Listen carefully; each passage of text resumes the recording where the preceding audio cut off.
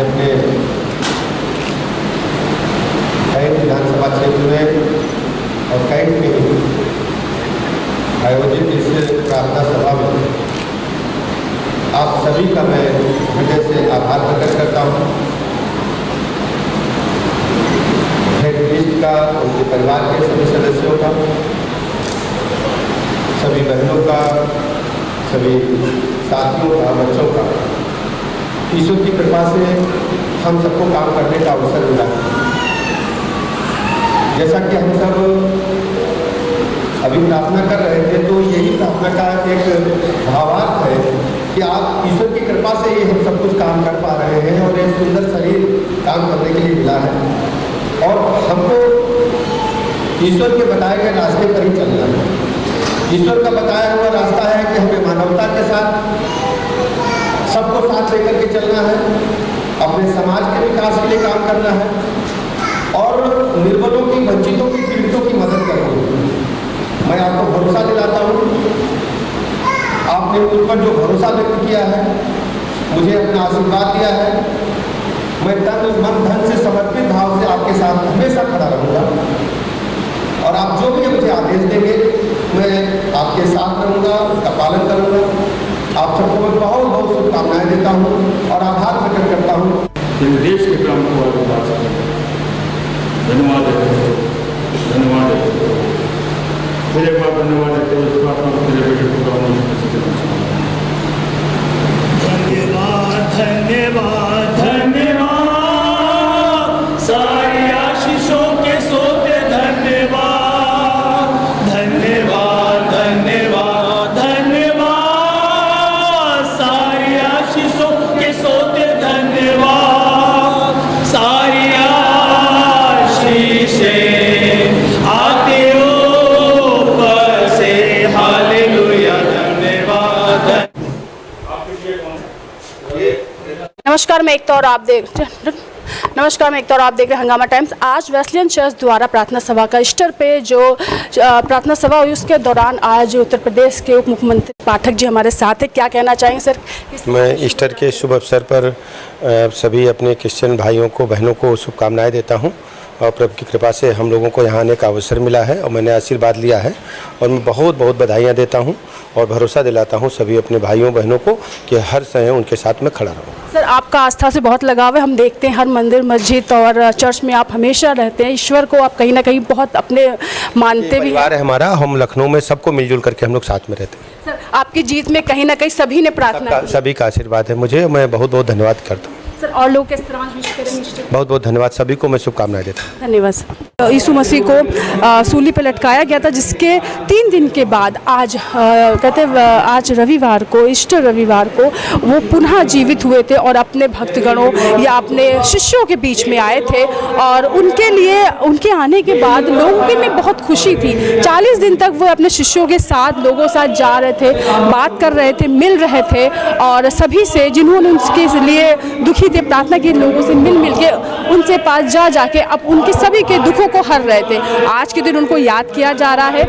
यहाँ पर मौजूद सभी लोग अब प्रार्थना कर रहे हैं और उनको याद कर रहे हैं और यहाँ पर मौजूद हम सभी से बात करेंगे, जानेंगे कि आज ईस्टर के मौके पर वो क्या कहना चाहते हैं, किस तरह का कार्यक्रम रहा, ये सब हम आपको दिखाते हैं। पाठक जी हमारे साथ हैं। क्या कहना चाहेंगे सर? मैं ईस्टर के शुभ अवसर पर सभी अपने क्रिश्चियन भाइयों को, बहनों को शुभकामनाएं देता हूँ और प्रभु की कृपा से हम लोगों को यहाँ आने का अवसर मिला है और मैंने आशीर्वाद लिया है और मैं बहुत बहुत बधाइयाँ देता हूँ और भरोसा दिलाता हूँ सभी अपने भाइयों बहनों को कि हर समय उनके साथ में खड़ा रहूँ। सर, आपका आस्था से बहुत लगाव है। हम देखते हैं हर मंदिर, मस्जिद और चर्च में आप हमेशा रहते हैं। ईश्वर को आप कहीं ना कहीं बहुत अपने मानते भी हैं। है हमारा, हम लखनऊ में सबको मिलजुल करके हम लोग साथ में रहते हैं। सर, आपकी जीत में कहीं ना कहीं सभी ने प्रार्थना, सभी का आशीर्वाद है मुझे। मैं बहुत बहुत धन्यवाद करता हूँ सर। और लोग किस तरह विश करेंगे? बहुत बहुत धन्यवाद, सभी को मैं शुभकामनाएं देता हूँ। धन्यवाद। ईस्टर रविवार को उनका वो पुनः जीवित होके अपने भक्तगणों के संसार में फिर बीच में आते हैं, जिसका सेलिब्रेशन आज हो रहा है। आज हम वेस्लियन चर्च में मौजूद हो, हमारे साथ सर, हम उनसे पूछेंगे और जानेंगे कि आज जो ईस्टर है इसका महत्व क्या है और आज का सर क्या महत्व है आज के दिन का? आज का दिन बहुत ही महत्वपूर्ण है ईसाइयों के लिए, क्योंकि आज के दिन हमारे यीशु मसीह, प्रभु यीशु मसीह जो है वो मौत के तीसरे दिन वो मुर्दों में से जिंदा हुए थे, जिसके तमाम तथ्य अभी भी मौजूद हैं। और वो कब्र भी है जहाँ रखे गए थे, वो कपड़ा भी है जिससे इनका मुंह पोंछा गया था, वो कांटों का ताज है, वो कीलें हैं जो इनकी ठोकी गई थी हाथों में पैरों में, वो सब सबूत के लिए है। तो आज का दिन जो है वो बड़े दिन से ज़्यादा महत्वपूर्ण होता है हमारे ईसाई भाइयों के लिए। ईस्टर रविवार कितना खास है रविवार? एक्चुअली गुड फ्राइडे को इनको मारा गया था। लगभग उस समय चलता था दोपहर के दूसरा पहर, पहला पहर, तीसरा पहर, तो उस हिसाब से इनको 3 बजे करीब गुड फ्राइडे वाले दिन मारा गया था और तीसरे दिन ये जी उठे थे। तो गुड फ्राइडे वाला दिन एक दिन हो गया, सैटरडे दूसरा दिन हो गया और सैटरडे की रात 12 बजे के बाद तीसरा दिन लग जाता है। तो थर्ड डे 12 बजे के बाद ये हम लोग माना गया है कि वो ज़िंदा हो गए थे। तो इसलिए उस रात के 12 बजे सैटरडे की रात के 12 बजे के बाद से हम लोग ईस्टर की तैयारी शुरू कर देते हैं और सुबह 4 बजे डॉन सर्विस होती है जिसमें हम लोग गाना गाते हैं और लोगों को संदेश देते हैं कि हमारा प्रभु यीशु मसीह जिंदा हो गया। 40 दिन के लंबे व्रत पूजा के बाद ये दिन आता है, बहुत आस्था का दिन है ये। तो अब आप क्या कहते हैं, क्या संदेश देना चाहेंगे जिन्होंने 40 दिन का लंबा पूजा और व्रत रखा? देखिए, एक्चुअली ये व्रत 40 दिन के लिए नहीं होना चाहिए, ये होना चाहिए जीवन के लिए। और दूसरी बात, व्रत में खाना खाना छोड़ना ही एक व्रत नहीं होता है, ठीक है ना। व्रत वो है आत्मा का व्रत। अपनी वो चीज़ छोड़िए जिस चीज़ के बगैर आप रह नहीं सकते हैं। अगर आप झूठ बोले बगैर नहीं रह सकते तो झूठ बोलना छोड़िए। अगर आप सिगरेट पीते हैं और उसके बगैर नहीं रह सकते हैं तो वो पीना छोड़िए। अगर आप किसी की चुगली करे बगैर नहीं रह सकते हैं तो वो चीज़ छोड़िए।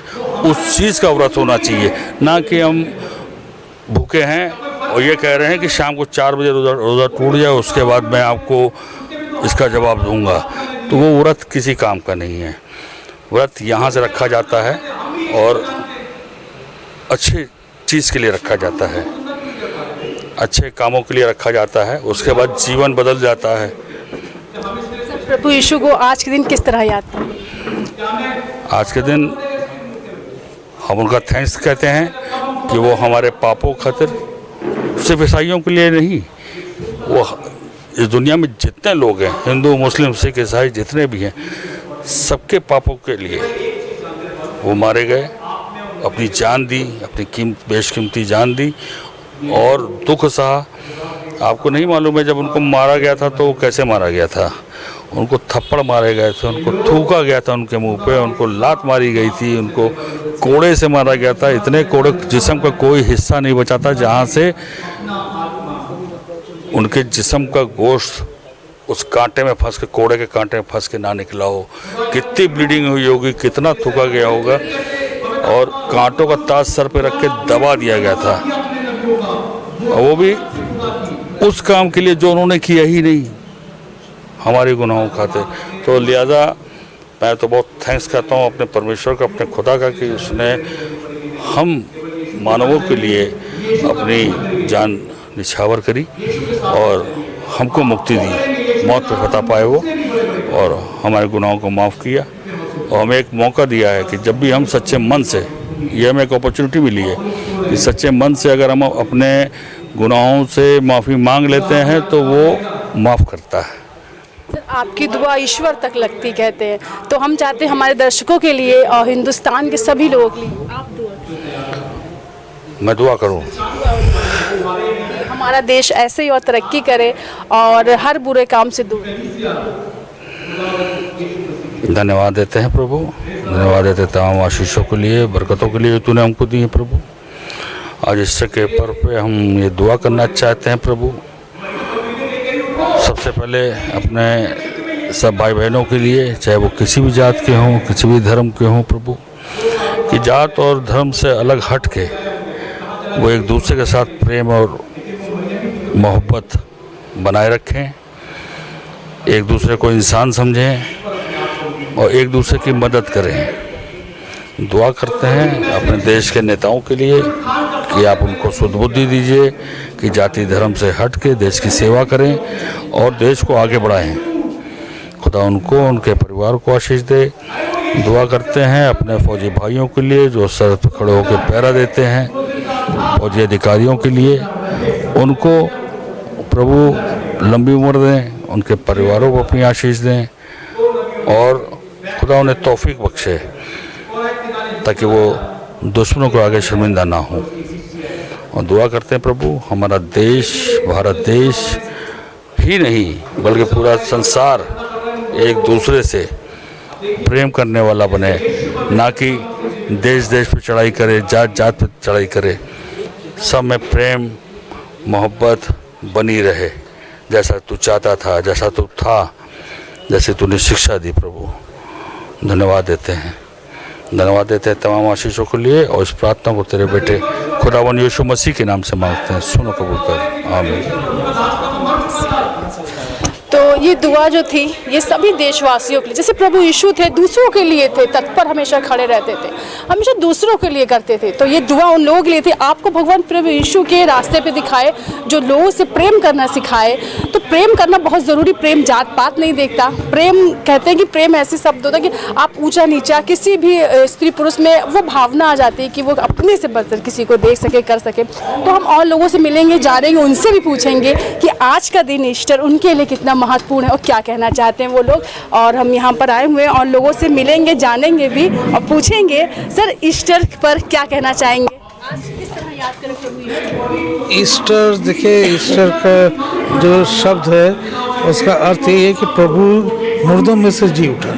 हमारे जो जीसस क्राइस्ट से ईसा मसीह, उन्होंने मौत के डंक को तोड़ के और सबको बताया है कि हम अच्छे कार्यों को किस तरह से आगे बढ़ा सकते हैं, किस तरह से कर सकते हैं। उन्होंने हमारे खातिर दुनिया में आए, हमारे खातिर उन्होंने क्रूस सहा और हमारे खातिर वो मारे गए, लेकिन वो तीसरे दिन, आज के दिन, वो मुर्दों में से जी उठे।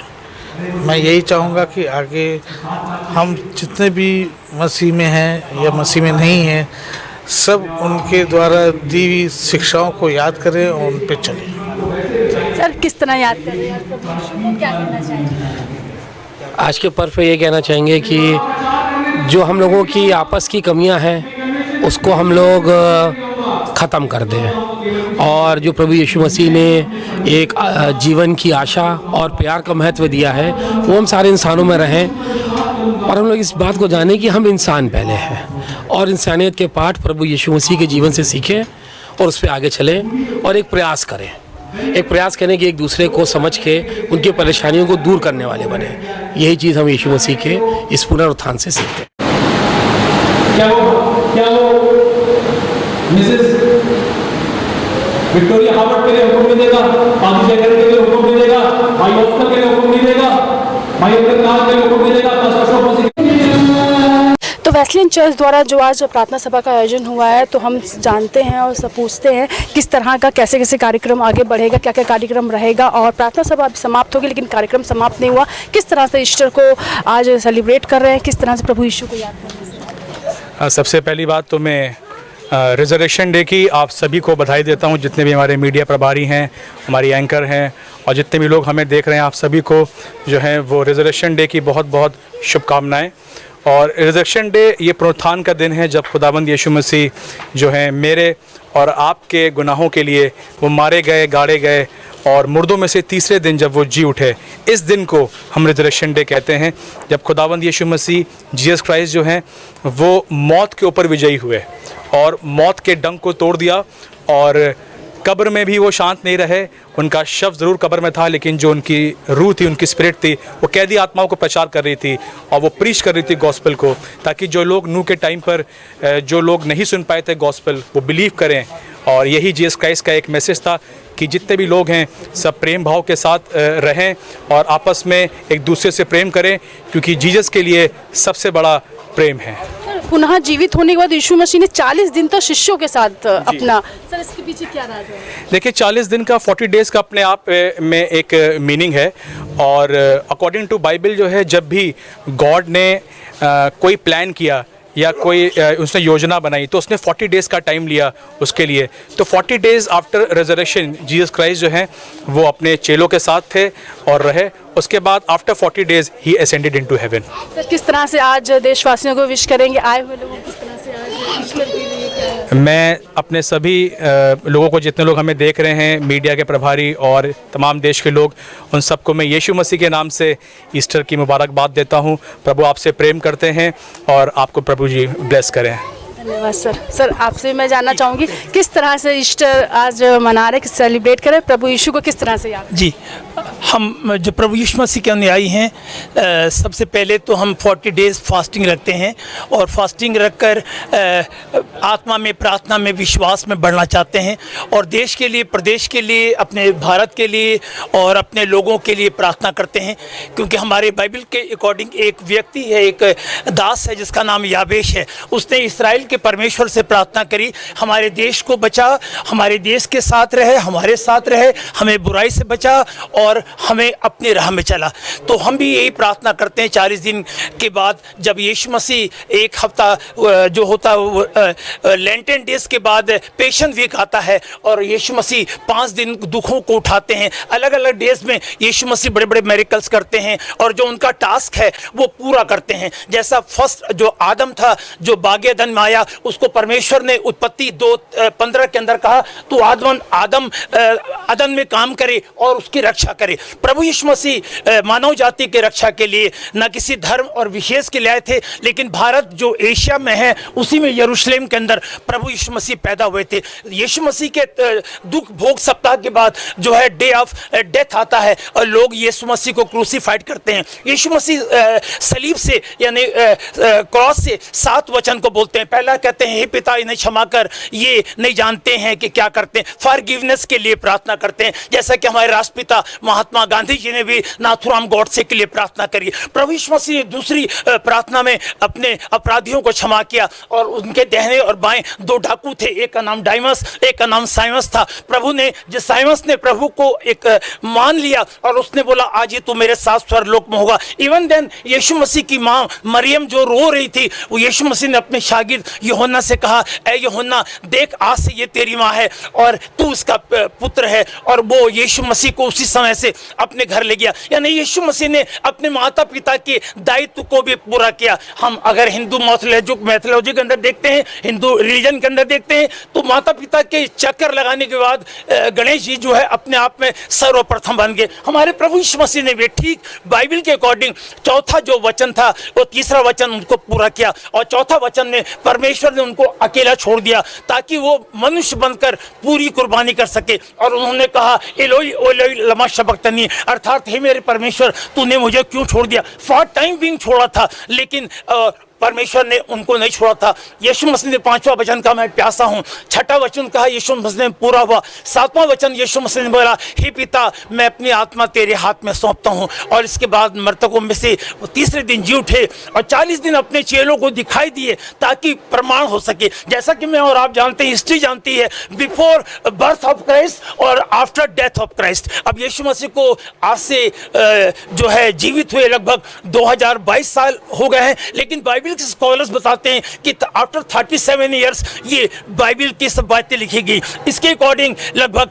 2000 और जो है 50 वर्ष यीशु मसीह को इस संसार में आए हो गए। 40 दिन चेलों को दिखाई दिए, फिर देखते देखते स्वर पर उठा लिए गए। और मेरी और आपके लिए प्रार्थना करते हैं, हे पिता इन्हें क्षमा कर, ये नहीं जानते क्या करते हैं। और प्रभु यीशु मसीह संसार के एक मानव के लिए एक मीडिएटर बन गए। और जब जब प्रभु ने जो है छोटे बड़े सबसे प्रेम किया और उन्हें मानव जाति से प्रेम किया और उन्होंने कहा मैं किसी व्यक्ति के विशेष के लिए नहीं, लेकिन मैं मानव के पुनरुत्थान के लिए और उत्थान के लिए आऊँ। हमारा ये विश्वास है। मीडिया के माध्यम से बताना चाहता हूँ, प्रभु यीशु मसीह का जीतना हर एक के लिए आशीष का कारण है। और आफ्टर डेथ ऑफ क्राइस्ट जब हम सेलिब्रेशन करते हैं, आज क्रिश्चियन कम्युनिटी के अंदर बहुत कुछ बहुत अच्छी बातें हैं, बहुत अच्छी बातें हैं, लेकिन कुछ बहुत अच्छी बातें हैं, जैसे कि कोड़ी अस्पतालों में सेवा करना, मरीजों को अनाथालय में करना और एक दूसरे को उठाना। सो मैं मेरे इसी अपने चर्च के मैं असिस्टेंट पास्टर हूँ। लगभग 50 साल से मैं प्रभु की सेवा में हूँ।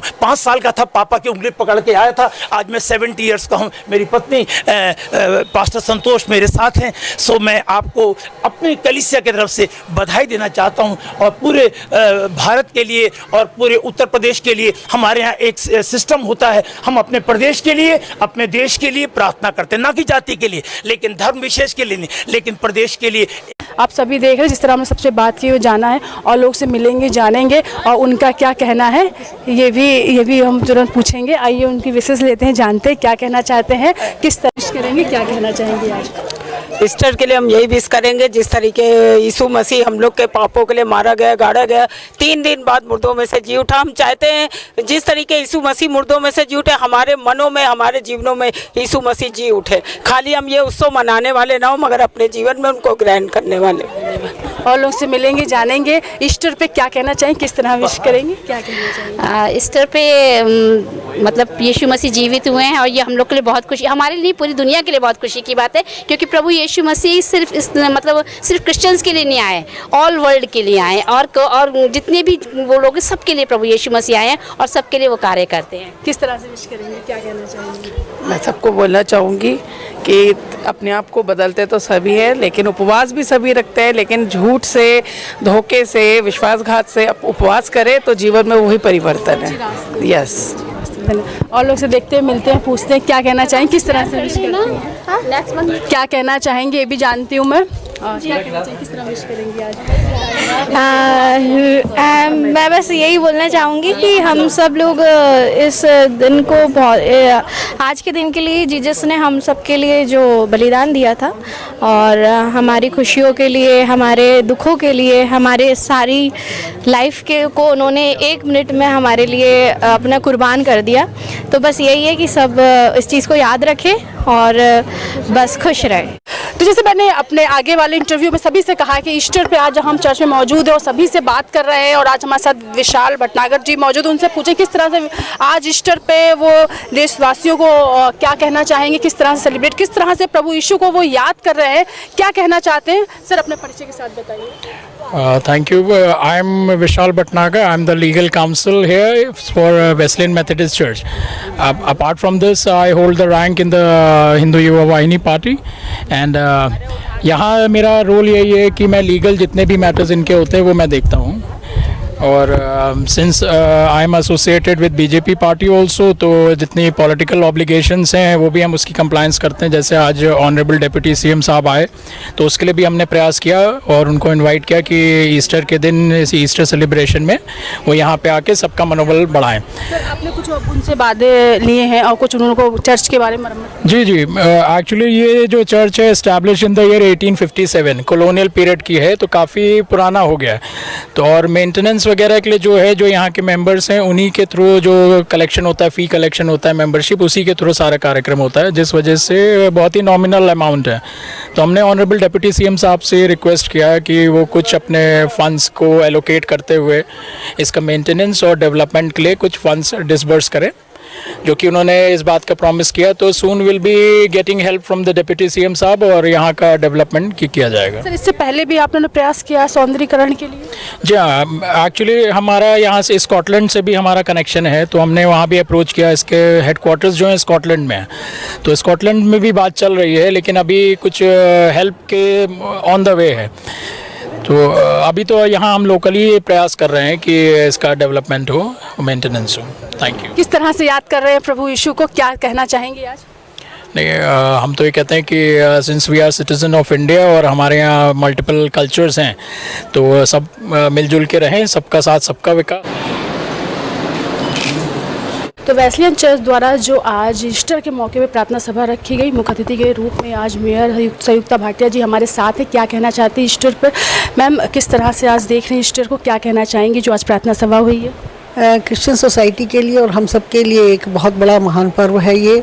क्रिश्चियन सोसाइटी का तो सबसे बड़ा पर्व माना जाता है। और आज के दिन मुझे यहाँ आने का अवसर प्राप्त हुआ, इसके लिए मैं यहाँ के बिशप को और यहाँ के सारे लोगों को बहुत बहुत धन्यवाद देना चाहूँगी कि इनकी इस प्रार्थना में मुझे भी सम्मिलित होने का अवसर प्राप्त हुआ। और आपने ईश्वर से विश्व की कामना के साथ साथ भारत की, क्योंकि हम भारत देश में रहते हैं, भारत की सुखद उसकी कामना की है, तो उसमें मुझे भी आने का अवसर प्राप्त हुआ। मुझे के लिए भी हमारे सभी लोगों के लिए प्रार्थना की, मेरे लिए प्रार्थना की, उसके लिए मैं उनका बहुत बहुत आभार प्रकट करती हूँ। एक सवाल है मेरा कि उत्तर प्रदेश में कई ऐतिहासिक इमारतें हैं जिनका सौंदर्यीकरण बाकी है, लेकिन हमें बताना पड़ता है कि आप आइए देखिए, आप आइए बोलिए, लेकिन बहुत सालों से कुछ ऐसे काम में अटके हुए हैं, पूरे नहीं हो पा रहे मैम। लेकिन आपने जहाँ तक ज़मीनी स्तर पर काम किया है, कुछ ना कुछ मैम ऐसा है जो अभी बाकी है। हाँ, काम तो 70 वर्ष से जो कार्य नहीं, उन कार्यों को एक साथ जल्दी नहीं किया जा सकता है, लेकिन धीरे धीरे परिवर्तन आया है। हमारे लखनऊ शहर की बात की जाए तो 269 हमारी रैंकिंग थी, आज हम 4 सालों में 12 नंबर पर आए हैं। तो उसके लिए प्रयास किया गया, इसलिए हम आए हैं। आने वाले समय में और हमारे सारे जितने भी विभाग हैं वो अपने मुख्यमंत्री जी के नेतृत्व में अच्छा कार्य कर रहे हैं। और जिनकी इमारतों की बात करें वो पुरातत्व विभाग में आता है, तो उनके लोग भी एक्टिव हैं। और अगर कोई ऐसी आवश्यकता हो तो मैं अपनी तरफ से उनको लिख सकती हूँ। अगर आपकी कोई ऐसे नॉलेज में है कुछ ऐसी चीज़ें जिसका पुनरुद्धार की आवश्यकता है। ऐतिहासिक चर्च है जिसकी मरम्मत और सौंदर्यीकरण अभी बाकी है, तो इसको आप लिख के हमें दे सकते हैं। अगर आपके द्वारा, बिशप जी के द्वारा एक पत्र हमें मुझे मिलेगा, उस पत्र में आप अपनी वो जानकारी देंगे तो मैं पुरातत्व विभाग को एक कॉपी भेज दूंगी और रिक्वेस्ट करूंगी कि वो इस कार्य को करें। बीजेपी की बहुमत की जीत के बाद कहीं ना कहीं ये दुआओं का और प्रार्थनाओं का असर था मैम, किस तरह से आज देख रही, कैसे ईस्टर को? बिल्कुल, ये प्रार्थनाओं का असर है और आदरणीय प्रधानमंत्री जी की कल्याणकारी योजनाओं का, मुख्यमंत्री जी के सुशासन का, महिला सुरक्षा का, सभी बहुत सारे मुद्दे हैं जिनके कारण आज और विशेष करके आप सबकी प्रार्थनाओं का एक असर है कि दोबारा सरकार बनी है। 35 वर्षों बाद अवसर मिला है, सरकार दोबारा बनी है। और ईश्वर से कामना करती हूँ कि इसी प्रकार सरकार भी प्रगति के पथ पर बढ़े और हमारे जो इसमें कल्याणकारी योजनाओं का सब तक पहुँचे, सब उसका लाभ उठा सकें और सब स्वस्थ मन से काम कर सकें। बने रहें, आने जाने में इनके हाफिज हों प्रभु, हर एक्सीडेंट